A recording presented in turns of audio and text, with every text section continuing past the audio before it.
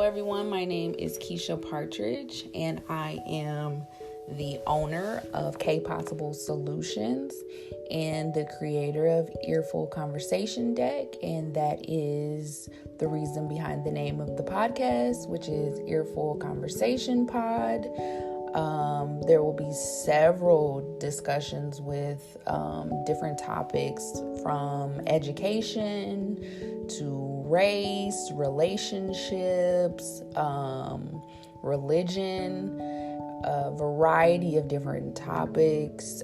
Just like my deck of cards, the two editions that I have out right now are the Family Dinner Edition, and I have the Classroom Community Edition that's out currently. I'm working on a relationship deck. I'm not really sure exactly what the title is going to be, but behind the conversation deck is really just focusing on having communication with, for the Family Dinner Edition is really getting back to families sitting down and sharing a meal together, and the cards will just promote and provoke conversations in my hopes that these are just conversation starters. There's 54 cards in a deck, and when that deck is completely said and done, I hope that for the children, there's language development. For families, there's comfortability in being able to speak to their children about any and everything. Just being able to have that open dialogue and everyone feeling comfortable to have those conversations. So this is just that tool that's going to give you a push to have conversations with your family. The Classroom Community Edition is pretty much looked at exactly the same, pushing educators to have more conversations with their students, in-depth conversations, building upon that classroom community. There's not many instructions included in the deck other than really letting educators know that they're the facilitators. They're facilitating conversations, but they need to be engaged as well. And you need to self-disclose a few things so that your students feel like they know you a little bit. When you get to know your students and they get to know you, that really just helps with academic achievement, social and emotional skills as well, and language development. So I just heard a saying just a long time ago along the lines of just children aren't able to learn from a stranger.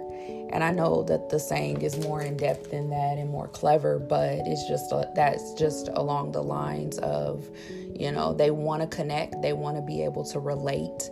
And if you aren't coming from the same community as them, that makes your job 10 times harder to relate and connect with your students. So this is just a way to get those conversations started and for you to better understand the students that you serve, and they can understand, why you got into teaching. There's questions about what's the hardest thing about being a kid, to really understand. Do we ever ask our students that about their life?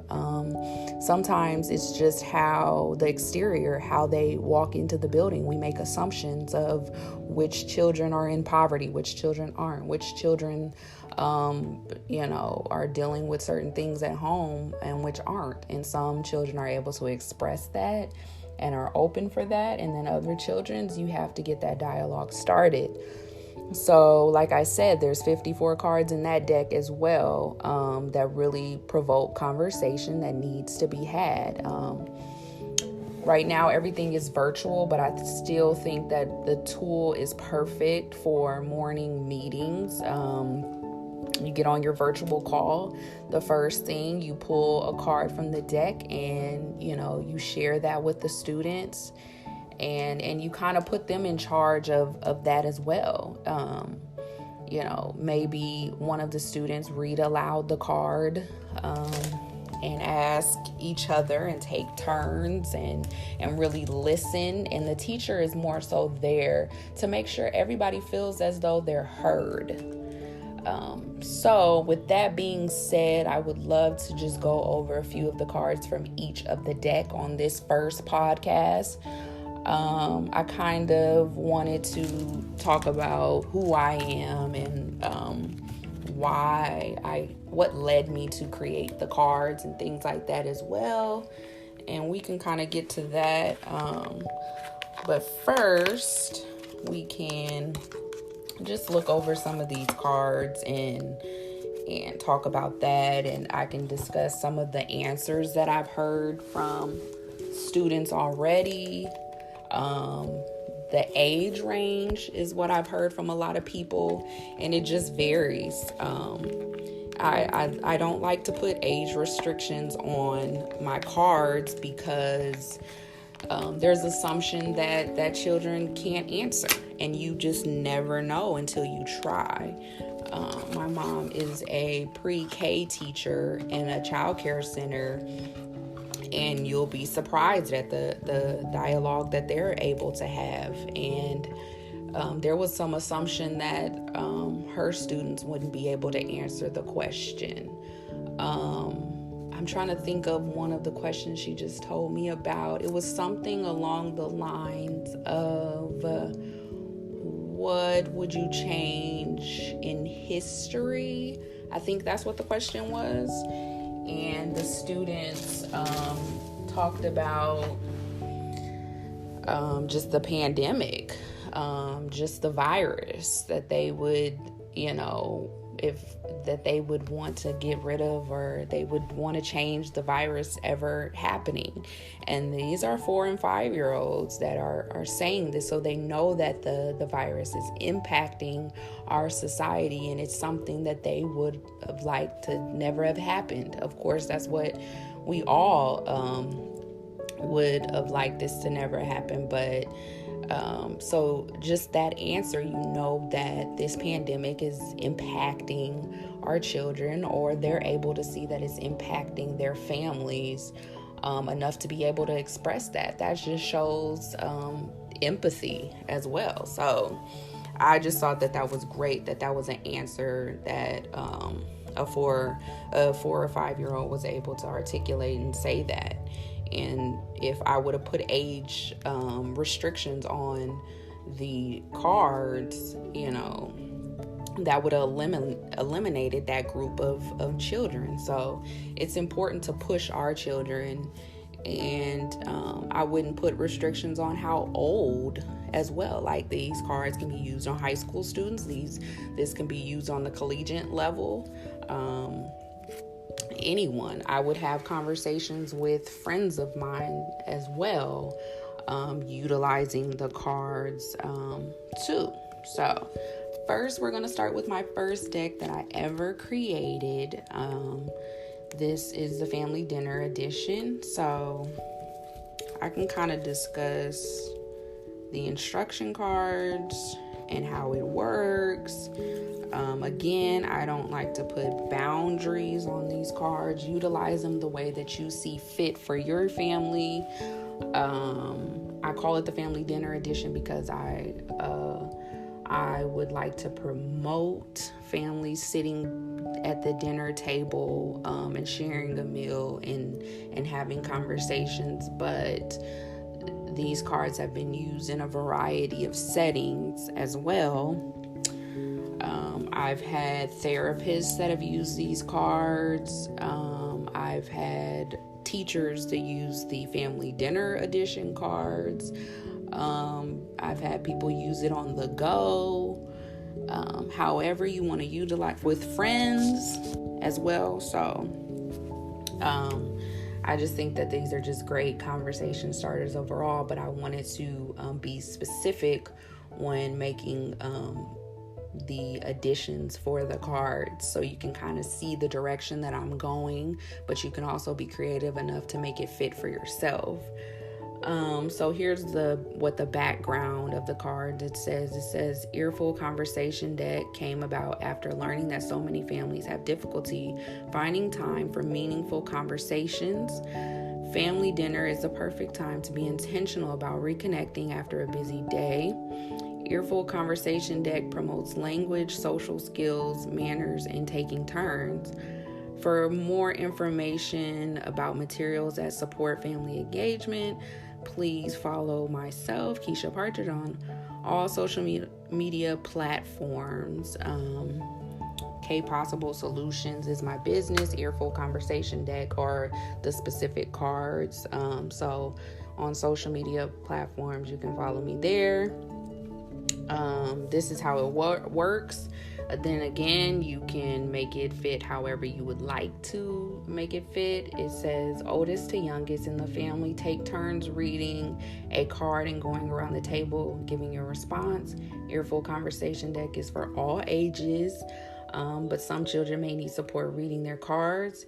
Take your time with each card and really engage with your family. Try to avoid one-word answers. Full answers with detailed explanations are encouraged. So the way that these are asked, they're very open-ended. Therefore, you're not going to really get one-word answers. Hopefully, you're able to stretch it past just what the question says, and it provokes more questions. This says message to parents. It can be challenging to fit in conversation as a family with everyone's busy schedule.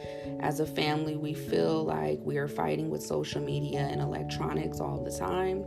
Earful Conversation Decks has the questions and the discussion starters that you need to set aside the appropriate amount of time.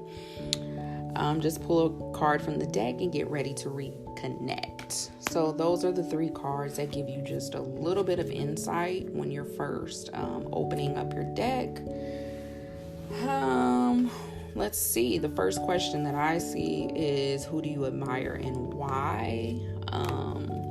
I can just think back the first time that I videotaped myself going over the cards with my son. His answer to who he admires is LeBron James. He's really big into basketball, but LeBron is not one of his favorite players, and he doesn't play for his favorite team, which is the Golden State Warriors.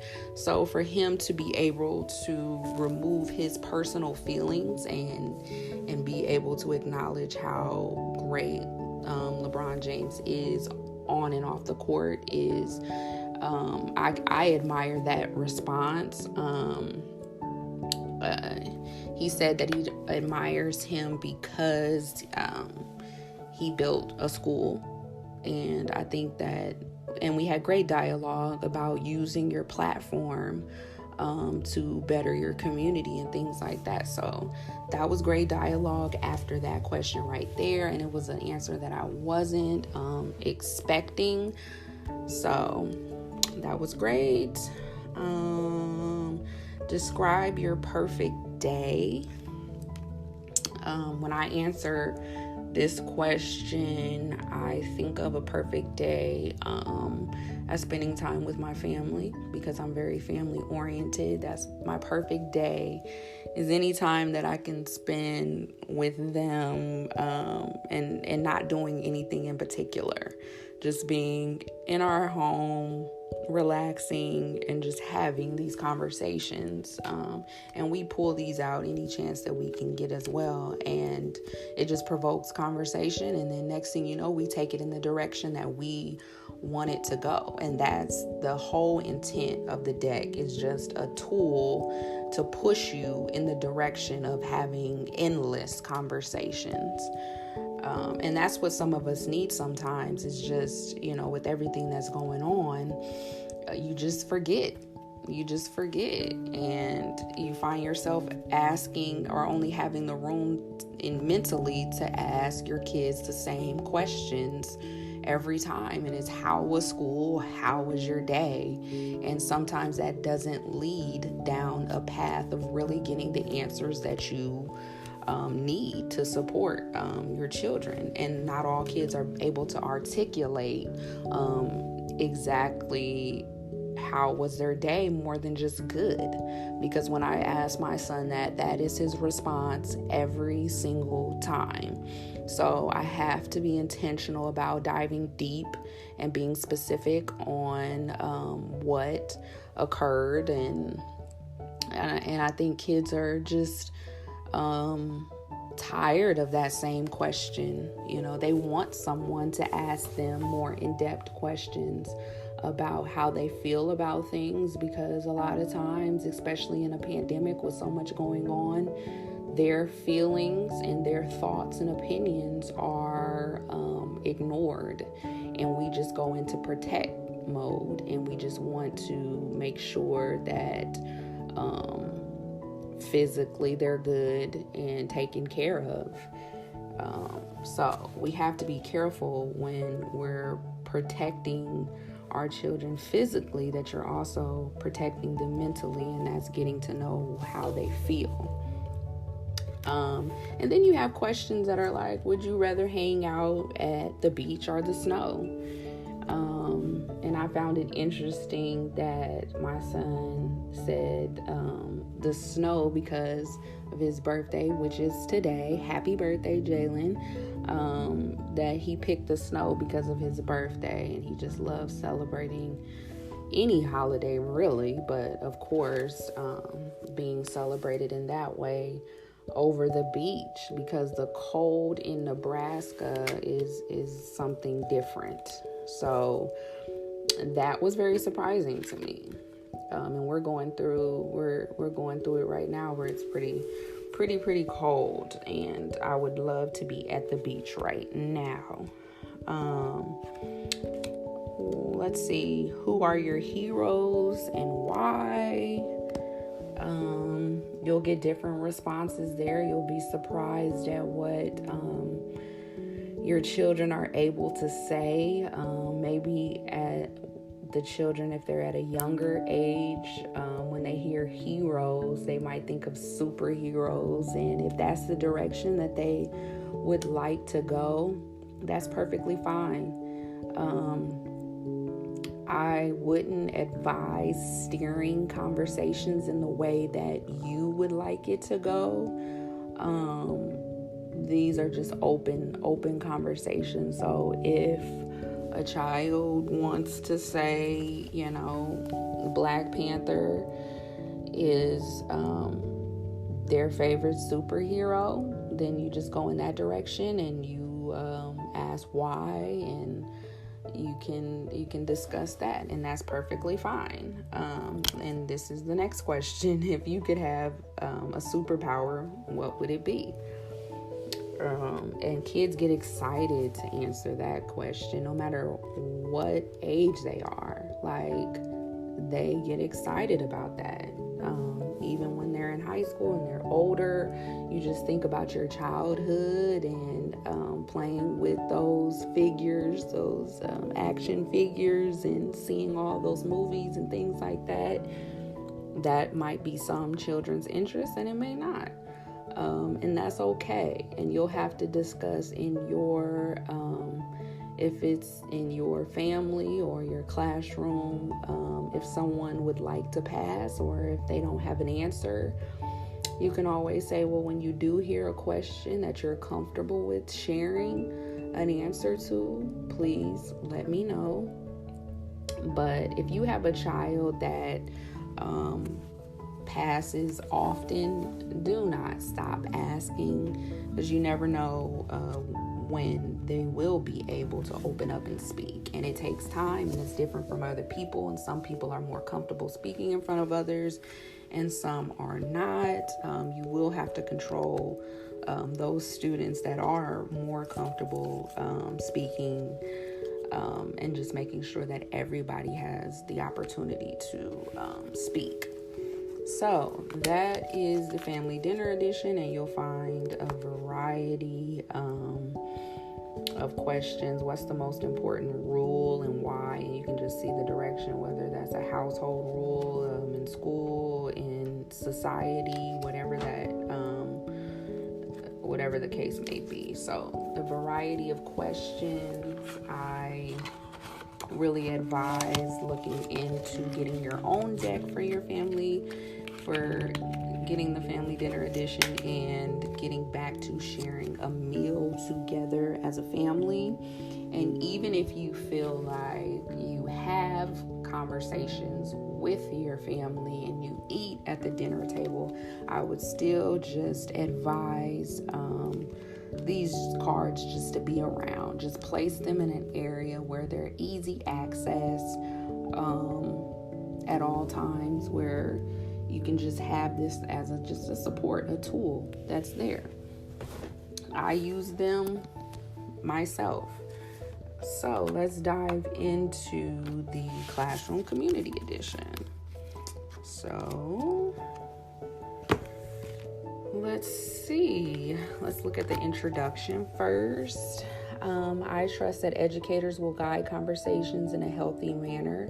You are the facilitator in the classroom. This deck doesn't come with instructions because the classroom community determines how to use the questions and conversation starters to best fit everyone involved. So let's see. The next card, Classroom Community. All members come together, therefore everyone feels valued and connected. Belonging is a need. Strong classroom communities support positive social skills and academic achievement. Further define classroom community as a group. So you'll have to discuss exactly what it means to be a part of a classroom community. And that question is in the deck as well. Let's see if I can find it. What is a classroom community? Who's all involved in a classroom community? So would you consider the principal of the school as a member of your classroom community? Do they come and go? Do they engage with the classroom? Do you have people like volunteers that would be considered a part of your classroom community that regularly come into the school and support and help out as well? So your class will define what a classroom community is and what each member brings to the classroom, and you can define it. Let's say you defined it at the beginning of the school year or the new semester, and you need to discuss it again at the end of the quarter or semester as well. You might have a different answer or a more in-depth answer, so that might need to be revisited. So there's also blank cards in the Classroom Community Edition. If you pick a blank card, pose a question to the group. Please send any questions that come up in your classroom community so those questions can be featured on the website in upcoming decks. And my email address is kpossiblesolutions@gmail.com.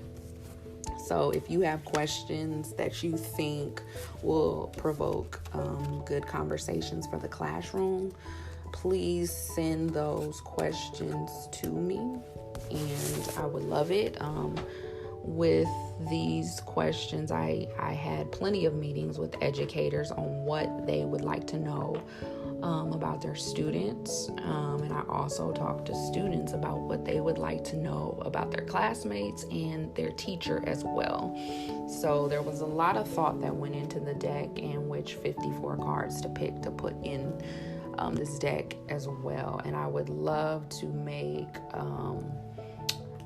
more cards, an extra pack, a refiller as well for the Family Dinner Edition and the Classroom Community Edition. And I would love to have those packs come from suggestions. So please do kpossiblesolutions@gmail.com. So let's look at some of these questions, and even the way that some of these questions are worded came from educators from a social emotional perspective. So the first one is define friendship. And you might have to, and as educators, this should be a task that you're able to accomplish, is word choice. If define is difficult for your students to grasp or understand, what does it mean to be a friend? Or what is a friend? So it says define friendship. In what ways are you a friend? So what does it mean to be a friend? And then how are you a friend? I just think that this is just great self-reflection, and to just hear students' responses is amazing. Let's see. Here's one of the questions. Who makes up our classroom community that I was talking about? And that's worth talking about in the beginning. So what is a classroom community is where you start. You define what a classroom community is as a group, and maybe that's something that you write out, and that can kind of be your norms as well. You write out those of how to be respectful to one another, to listen and hear each other out.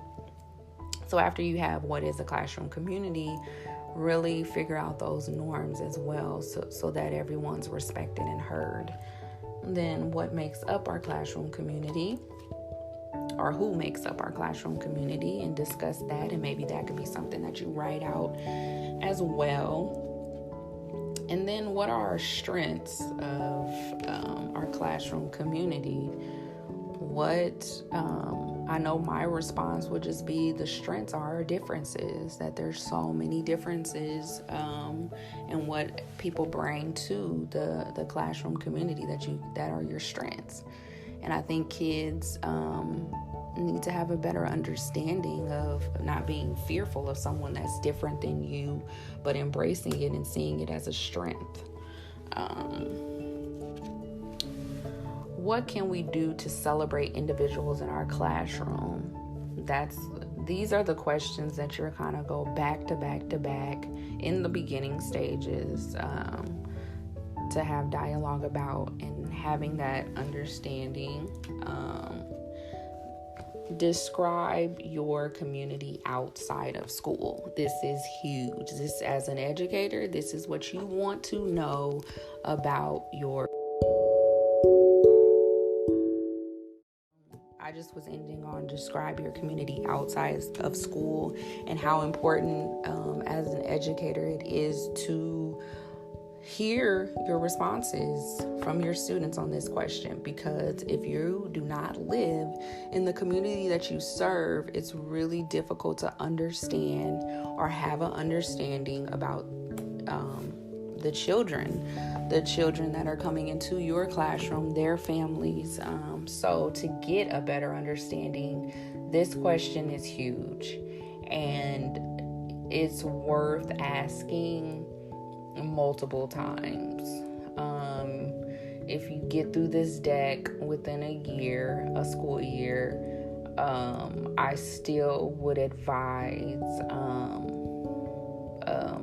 giving each student an opportunity to answer, because you'll hear different answers.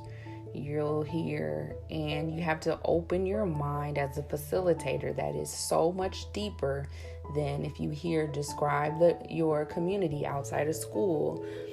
It's so much deeper than just a student saying police officers, or because there's so many lessons around community helpers, and it just teaches. It's restricted on firefighters, police officers, doctors. You'll hear a lot about community helpers and things like that. And from my community in particular, North Omaha,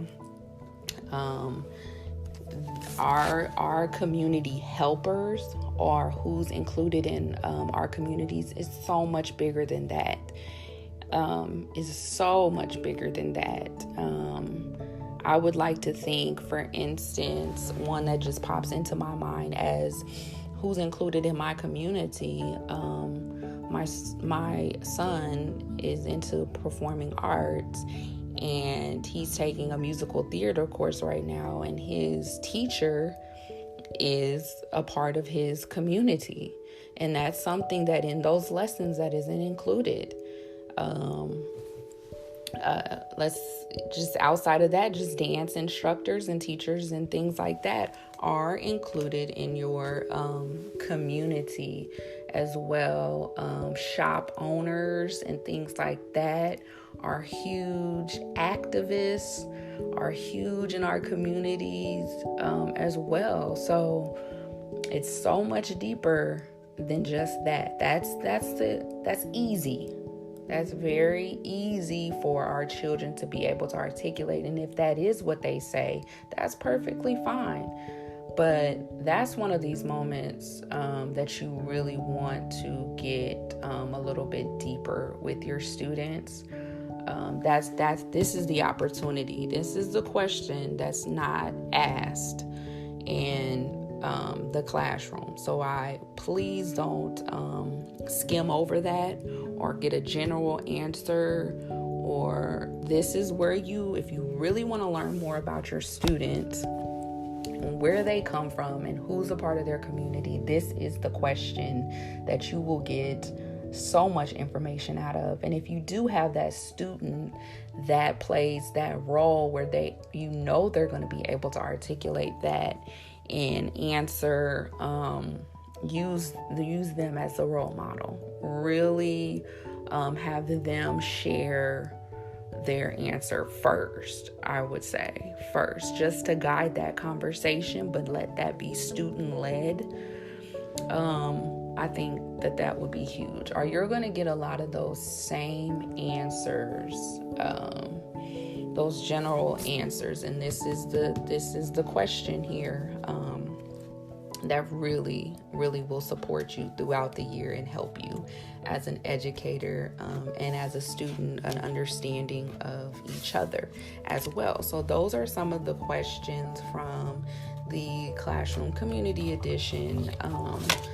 Again, throughout the podcast, I plan on pulling from the deck and just kind of answering some of these questions and sharing some of the answers that I've heard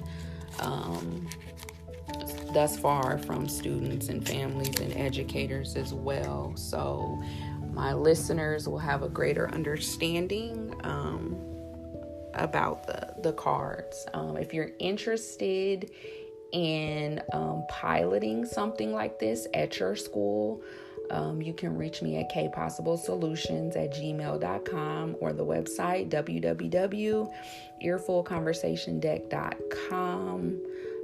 My personal Instagram, Facebook, Keish P_KP, or Earful Conversation Deck, or K Possible Solutions on all social media platforms as well.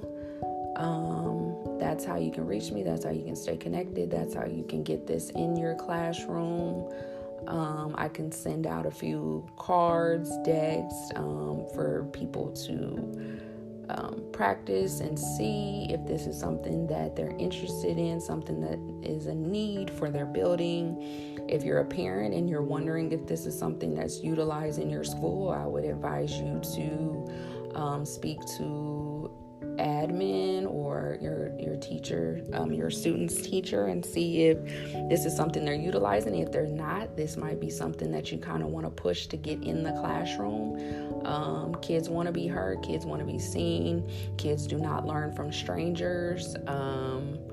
This will promote academic achievement and build upon those social and emotional skills, language development.